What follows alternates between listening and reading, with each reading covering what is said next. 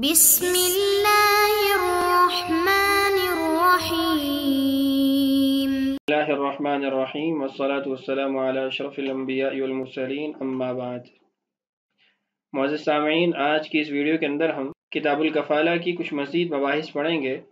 مباحث پڑھنے سے قبل عبارت پڑھ لیتے ہیں، پھر اس کے بعد انشاءاللہ مباحث کو سمجھ کر عبارت کا ترجمہ کریں گے اور مسائل کی عبارت پر تطبیق کریں گے۔ وَإِنْ قَالَ الطَّالِبُ لِلْكَفِيلِ بَرِئْتَ إِلَيَّ مِنَ الْمَالِ رَجَعَ عَلَى أَصِيلِهِ لأن البراءة التي ابتداؤها من الكفيل وانتهاؤها إلى الطالب لا تكون إلا بالإيفاء، كأنه قال برئت بالأداء إلي، فيرجع بالمال على الأصيل إن كانت الكفالة بأمره. وكذا في برئت عند أبي يوسف رحمه الله خلافا لمحمد رحمه الله له إن البراءة تكون بالأداء أو الإبراء فيثبت الأدنى. ولأبي يوسف رحمه الله إنه أقر بالبراءة التي ابتداؤها من المطلوب وهي بالأداء فيرجع. وفي أبرأتك لا يرجع قيل في جميع ذلك إن كان الطالب حاضرا يرجع إليه في البيان. ولا يصح تعليق البراءة عن الكفالة بالشرط كسائر البراءات، كما إذا قال إن قدم فلان من السفر أبرأتك من الدين. لا يصح البراءة ولا الكفالة بما تعذر استيفاؤه من الكفيل كالحدود والقصاص. یہ آج کے ہمارے سبق کی عبارت۔ اس عبارت میں صاحب کتاب نے دو مسئلے ذکر کیے ہیں۔ پہلا مسئلہ یہ ہے کہ لفظ برات سے اگر مکفول لہو کفیل کو بری کرتا ہے تو اس کا کیا حکم ہوگا۔ اس عنوان کے تحت 3 جملوں کے 3 احکام صاحب کتاب نے ذکر کیے ہیں۔ اس کے بعد صاحب کتاب وہ 8 ایسی چیزوں کو بیان کریں گے جن کے اندر کفالت درست نہیں ہے۔ 2 انشاءاللہ آج کے اس سبق میں انشاءاللہ پڑھیں گے، بقیہ آنے والے سبق میں انشاءاللہ ہم پڑھیں گے۔ تو پہلا مسئلہ لفظ برات کے ساتھ کفالت سے بری ہونے کا ہے۔ اس عنوان کے تحت مصنف رحمہ اللہ نے 3 مسئلے ذکر کیے ہیں۔ مسئلوں کا تعلق اس سے ہے کہ مکفول لہو کفیل کو لفظ برات سے کفالت کی ذمہ داری سے سبکدوش کرے تو اس کا کیا حکم ہوگا۔ کیونکہ تینوں صورتیں جو یہاں سبق میں مذکور ہیں ان کے الفاظ مختلف ہیں، اس لیے ان کا حکم بھی مختلف ہوگا۔ تینوں صورتوں کو سمجھ لیجئے، پھر انشاءاللہ عبارت کا ترجمہ کرتے ہیں۔ پہلی صورت یہ ہے کہ مکفول لہو کفیل کو کہے برئت الی من المال، تو ان کلمات کا حکم یہ ہے کہ کفیل کی کفالت ختم ہو جائے گی اور وہ اصیل سے ادا شدہ مال کا مطالبہ کرے گا، اس سے وصول کرے گا۔ اس کی وجہ یہ ہے کہ مکفول لہو نے جو جملہ بولا ہے اس کی ابتدا کفیل سے ہو رہی ہے اور انتہا مکفول لہو پر ہو رہی ہے۔ مطلب یہ ہے کہ برئت مخاطب کا صیغہ ہے اور مخاطب یہاں کفیل ہے، اور الیہ میں الہ کی نسبت ضمیر متکلم کی طرف ہے اور وہ مکفول لہو ہے۔ تو جب کلام کی یہ صورت ہو تو اس کا یہ تقاضا ہوتا ہے کہ یہاں پر ادائیگی ہوئی ہے، اس لیے کہ ادائیگی کفیل کی طرف سے ہے اور ابتدا اور پہل بھی اس کی طرف سے ہے، تو گویا ادائیگی یہاں پر پائی گئی ہے۔ تو جب ادائیگی پائی گئی ہے اور کفیل نے بھی مکفول عنہ کے کہنے پر کفالت کی ذمہ داری لی ہے تو اس کو یہ حق حاصل ہوگا کہ وہ واپسی کا مطالبہ کرے، اس سے ادا شدہ مال کی وصولی کریں۔ اور یہاں پر تقدیر کلام یہ ہوگی برئت باداء المال الیہ، کہ تم مال کو ادا کر کے کفالت کی ذمہ داری سے بری ہو گئے، سبکدوش ہو گئے۔ اس صورت کی عبارت دیکھ لیجئے، پھر انشاءاللہ اگلی صورت کو سمجھتے ہیں اور اس کی عبارت پڑھتے ہیں۔ وَإِنْ قَالَ الطَّالِبُ لِلْكَفِيلِ، اگر مدعی یعنی جس کا قرض ہے وہ کفیل سے کہتا ہے برئت الی من المال رجع علی اصیلہ، تو ان کلمات کو ادا کرنے کی وجہ سے وہ اپنے اصیل سے پیسوں کا رجوع کرے گا، اس سے وصولی کرے گا۔ وجہ کیا ہے؟ لأن البراءة التي ابتداؤها من الكفيل وانتهاؤها إلى الطالب لا تكون إلا بالإيفاء۔ وجہ یہ ہے کہ جس براءت کی ابتدا کفیل سے ہو اور انتہا مدعی پر ہو تو اس براءت کا وجود ادائیگی ہی سے ہوتا ہے۔ كأنه قال، تو گویا اس نے کہا برئت بالأداء إلي، کہ تم مال کو ادا کرنے کے ذریعے کفالت کی ذمہ داری سے بری ہو گئے۔ فیرجع بالمال علی الاصیل، تو وہ اصیل سے مال کا مطالبہ کرے گا۔ ان کانت الکفالۃ بامرہ، یہ تو مستقل شرط ہے کہ اگر اس نے کفالت کی ذمہ داری وہ مکفول عنہ کے کہنے پر لی ہے۔ دوسری صورت کو بھی سمجھ لیجئے، پھر انشاءاللہ اس کا ترجمہ کرتے ہیں کہ اگر اس نے صرف برئت کہا ہے، الیہ من المال یا کوئی اور کلمہ ساتھ نہیں بولا، تو اس کا کیا حکم ہوگا؟ تو اس میں ائمہ حنفیہ کا اختلاف ہے۔ امام ابو حنیفہ اور امام یوسف رحمہ اللہ کے نزدیک اس کا بھی پہلی صورت کا حکم ہے کہ وہ بری ہو جائے گا اور اپنے اصیل سے مال کی وصولی کرے گا، اس سے مال کا مطالبہ کرے گا۔ ان کی دلیل یہ ہے کہ برئت بھی مخاطب کا صیغہ ہے، یہاں پر بھی ابتدا کفیل سے ہی ہو رہی ہے، تو اس صورت میں بھی ادائیگی ہی مراد لی جائے گی۔ تو گویا اس نے یوں ہی کہا برئت باداء المال الیہ، جبکہ امام محمد رحمہ اللہ فرماتے ہیں کہ اس کلمہ سے وہ بری تو ہو جائے گا لیکن اصیل سے مطالبہ نہیں کر سکتا۔ ان کی دلیل یہ ہے کہ یہ کلمہ دو معنی کا احتمال رکھتا ہے کہ تم بری ہو گئے بغیر ادائیگی کے، یعنی میں نے تمہیں کفالت کی ذمہ داری سے بغیر عوض کے سبق دوش کر دیا، یا پھر وہ کہہ رہا ہے کہ تم نے ادائیگی کی ہے اور ادائیگی کے ذریعے کفالت کی ذمہ داری سے بری ہوئے ہو۔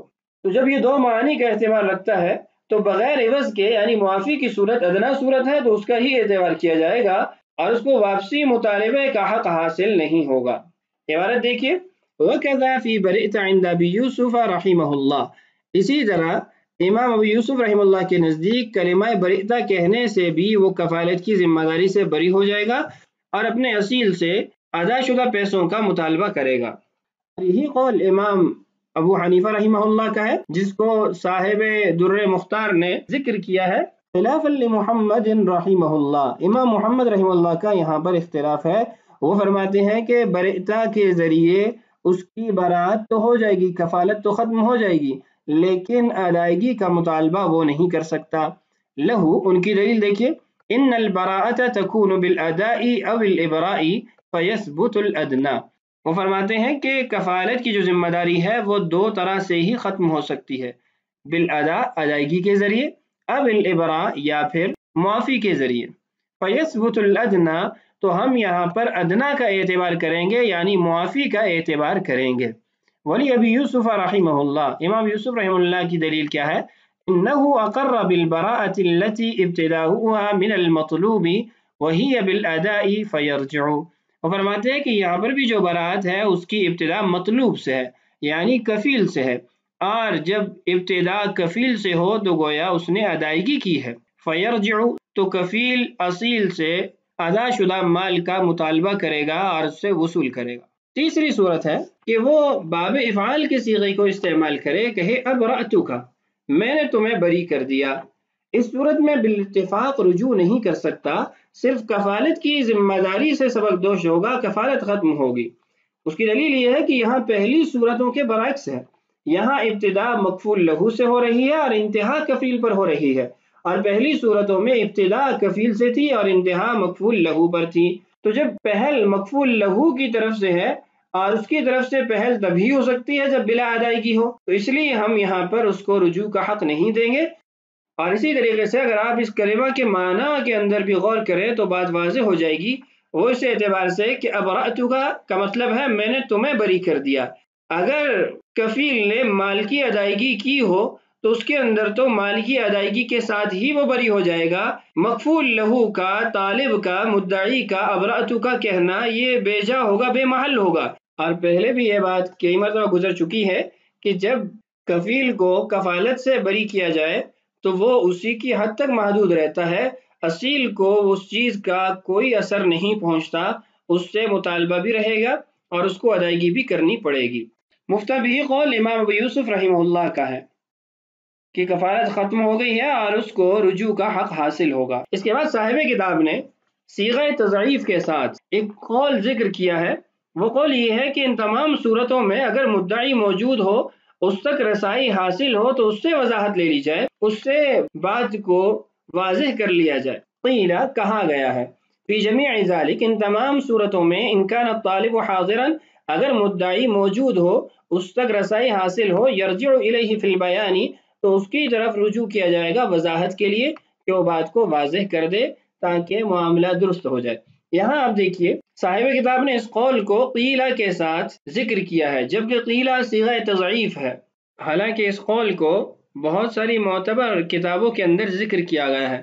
آئیے اس بارے میں علامہ شامی رحمہ اللہ نے جو عبارت لکھی ہے اس کو پڑھتے ہیں۔ عزاہ فی فتح القدیر الی شروح الجامع الصغیر، فتح القدیر کے اندر ابن الحمام رحمہ اللہ نے جامع الصغیر کی شروحات کی طرف اس کی نسبت کی ہے۔ وجزم به في الملتقى والدرر وأقره الشرنبلالي رحمہ اللہ وكذا الزيلعي وابن كمال رحمهم اللہ، اور ملتقى کے اندر، درر کے اندر علامہ شرنبلالی رحمہ اللہ، زیلعی، ابن کمال رحمہم اللہ، ان سب نے اس قول کو صیغہ جزم کے ساتھ، یقینی صیغے کے ساتھ اس کو بیان کیا ہے۔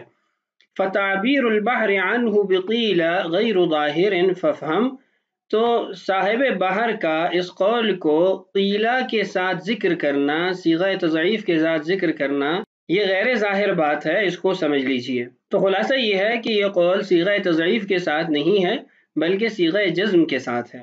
آگے دیکھیے، وَلَا يَصِحُ تَعْلِيقُ الْبَرَاءَةِ عَنِ الْكَفَالَةِ بِالشَّرْطِ كَسَائِرِ الْبَرَاءَاتِ، کفالت سے بری ہونے کو کسی شرط کے ساتھ معلق نہیں کیا جا سکتا جیسا کہ بقیہ براءات ہیں۔ وکالت سے، اجارے سے بری ہونا ہے تو جیسے وہاں پر شرائط کے ساتھ ان براءات کو معلق نہیں کیا جا سکتا، تو کفالت کے اندر بھی براءت کو شرائط کے ساتھ معلق نہیں کیا جا سکتا۔ کما اذا قال ان قدم فلان من السفر ابرأتك من الدین، جیسے وہ کہے کہ اگر فلاں سفر سے واپس لوٹ آیا تو میں تمہیں دین سے بری کر دوں گا۔ لا يصح البراءۃ، تو یہ براءت درست نہیں ہے۔ یہ بات آپ کے علم میں ہونی چاہیے کہ یہاں جن شرائط پر معلق کرنے کو ناجائز قرار دیا گیا ہے وہ ایسی شرائط ہیں جو تقاضۂ عقد کے خلاف ہوتی ہیں۔ عام متعارف شرائط پر کفالت کی براءت کو معلق کیا جا سکتا ہے۔ ماقبل جو ہم نے 3 مسئلے پڑھے ہیں ان کا خلاصہ نقشے کی صورت میں آپ کے سامنے موجود ہے۔ لفظ براءت سے کفالت ختم کرنے کی مختلف صورتیں۔ پہلی صورت تھی برئت الی من المال، اس کا حکم یہ تھا کہ کفالت ختم ہو جائے گی اور مکفول عنہ سے رجوع کا حق حاصل ہوگا، اس سے پیسوں کی وصولی کی جائے گی۔ دوسری صورت تھی برئت کا کلمہ بولنا۔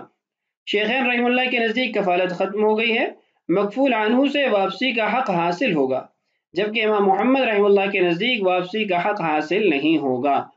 اور تیسری صورت تھی ابرأت کا یہ کلمہ بولے تو اس کا حکم یہ تھا کہ کفالت ختم ہے، واپسی مطالبے کا حق حاصل نہیں ہوگا اور مکفول لہو اصیل سے مطالبہ کرے گا۔ تو لفظ براءت سے کفالت ختم ہونے کی جو بحث تھی وہ مکمل ہو گئی۔ یہ آج کے ہمارے سبق کا پہلا عنوان تھا۔ آج کے سبق کا دوسرا عنوان ہے 8 چیزوں کا بیان جن میں کفالت درست نہیں۔ ان 8 چیزوں کا پہلے نقشہ ملاحظہ کر لیجئے، پھر یہ کے بعد دیگرے ان کو انشاءاللہ پڑھتے ہیں۔ 8 چیزیں جن کی کفالت درست نہیں۔ سب سے پہلی ہے نفس حد اور قصاص کی کفالت، دوسرا مالیت مبی کی کفالت، تیسرا رہن میں رکھی گئی چیز کی مالیت کی کفالت، اور چوتھا مال غیر مضمون مثلا امانت کی مالیت وغیرہ کی کفالت۔ 5ویں ہے جس چیز کو ادا کرنے پر قدرت نہ ہو ایسی چیز کی کفالت درست نہیں۔ 6ٹھی دین ضعیف کی کفالت درست نہیں۔ 7ویں مدعی کا راضی نہ ہونا، اور 8ویں چیز جس کی کفالت درست نہیں ہے وہ دین غیر صحیح کی کفالت ہے۔ تو اس کے بعد دیگرے انشاءاللہ ان تمام کو ہم پڑھیں گے۔ تو سب سے پہلی جو صورت ہے جس کی کفالت درست نہیں ہے وہ یہ ہے کہ ایسے کام کا کفیل بننا جس کو اس سے وصول نہ کیا جا سکتا ہو، مثلا نفس حدود و قصاص کی کفالت۔ اس کی تفصیل یہ ہے کہ کسی شخص پر حد یا قصاص کا حکم جاری ہوا، ایک آدمی کہے کہ اگر وہ حدود قصاص جاری ہونے کے لیے تیار نہ ہوا تو مجھ پر حد یا قصاص جاری کر دی جائے، تو یہ کفالت درست نہیں ہوگی، اس لیے کہ سزاؤں میں، عقوبات میں نیابت نہیں ہوتی، قصور اور غلطی کے بغیر سزا نہیں جاری ہو سکتی، تو اس لیے یہاں پر کفالت بھی درست نہیں ہوگی۔ البتہ اگر اس کو پیش کرنے کی کفالت لے لے تو یہ درست ہے۔ عبارت دیکھیے، وَلَا الْكَفَالَةُ بِمَا تَعَذَّرَ اسْتِيفَاؤُهُ مِنَ الْكَفِيلِ، ای لا تصح الکفالہ، کفالت درست نہیں ہے بِمَا تَعَذَّرَ اسْتِيفَاؤُهُ، ایسی چیزوں کی جس کا وصول کرنا متعذر ہو، ناممکن ہو، من الکفیل کفیل سے۔ مثال دیکھیے، کل حدود والقصاص، جیسے حدود اور قصاص کہ ان کے اندر نیابت بھی نہیں ہوتی، کہ نفس حدود اور قصاص کے جاری ہونے کے اندر کفالت نہیں ہو سکتی۔ اس عنوان کے تحت جو بقیہ مسائل ذکر کیے گئے ہیں انشاءاللہ اگلی ویڈیو کے اندر اس کو پڑھیں گے۔ اللہ تعالیٰ سے دعا ہے اللہ تعالیٰ ہمارے لیے اسباق کی تکمیل آسان فرمائے، اللہ تعالیٰ ہم سب کا حامی و ناصر ہو۔ السلام علیکم ورحمۃ اللہ۔